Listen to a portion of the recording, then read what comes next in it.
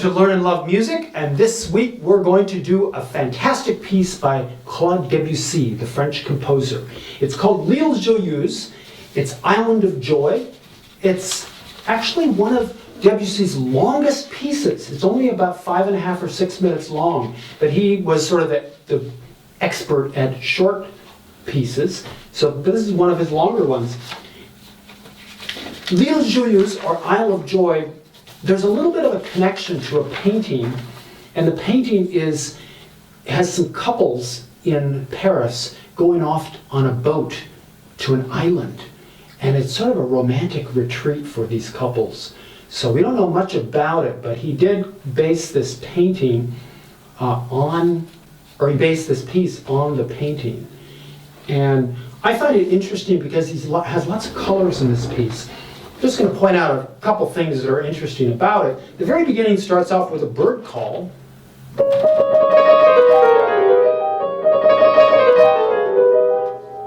And also kind of romping music. You know, it's couples running off to this boat. And also some other really fabulous impressionistic colors with moving lines. Lots of that kind of great impressionistic sounds. The middle section is sort of what I call the love scene. It's this beautiful line.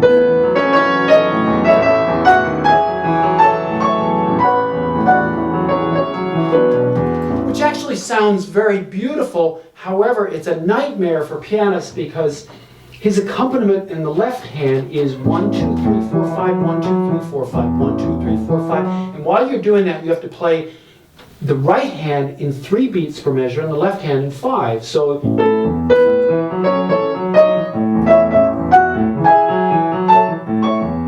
we put the pedal in, and it creates this really almost exotic kind of flavor to it.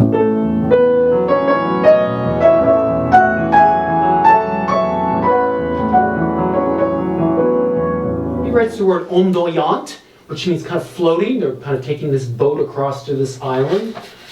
And later on in the piece, there's some other technical passages. That's a whole tone scale. And in that place, Debussy uses, instead of a scale, he uses, called the whole tone scale, all whole steps. Gives a great kind of impressionistic color as well. Near the end we have what I call trumpet calls.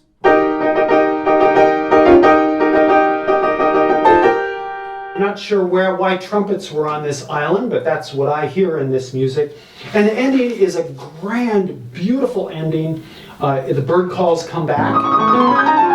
And one of the things interesting about this piece is it ends with the lowest note on the piano.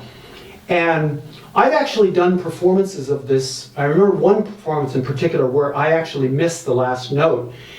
And I'm going to play the ending and listen carefully to the last note. See if you can tell where it is on the piano.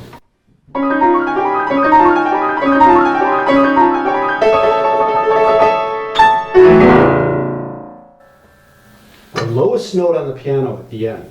I practice it enough to know to always look at that note before you play it. This is just a really fun piece. I think you'll enjoy this. If you don't know Debussy, this is probably one of his best known pieces. So enjoy L'Île Joyeuse.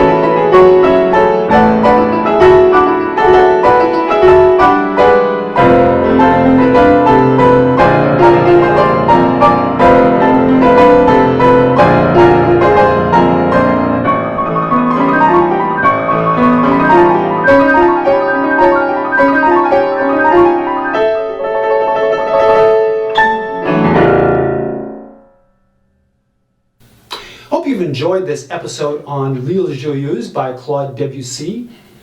You might want to check out Facebook because we're doing another piece by Debussy, Etude for 8 Fingers. That's another story, but it's also a fun piece like L'Île Joyeuse. Make sure you subscribe to Learn and Love Music. Hope to see you back again next time.